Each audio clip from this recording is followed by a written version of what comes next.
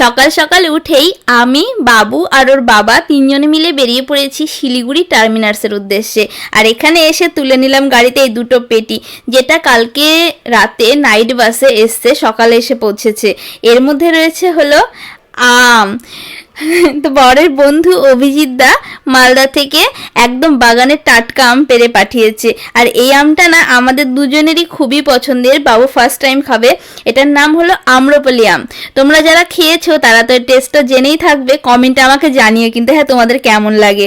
আর হ্যাঁ, এত আম দেখে ভেবো না যে এটা শুধু আমরা নিজেরাই খাবো, এটা আশেপাশে যারা চেনা পরিচিত আছে, যেহেতু শিলিগুড়িতে এত ভালো কোয়ালিটির আম পাওয়া যায় না তেমন, তাই মোটামুটি যারা চেনা আছে তাদেরকেও একটু দেবো, খেয়ে দেখো কেমন।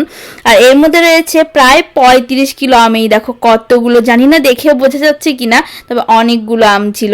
আর এর মধ্যে বেস্ট যে আমটা ছিল সেটা রয়েছে আমার হাতে। এই যে এর যা কালার, ইস, কিন্তু কালার দেখে মনে হচ্ছে পাকা। বরমশাই বললো যে না, এটা পাকা নয়, একটু কাঁচা রয়েছে, এখন খাওয়া যাবে না। তাই আমার মনটা একটু খারাপ হয়ে গেল।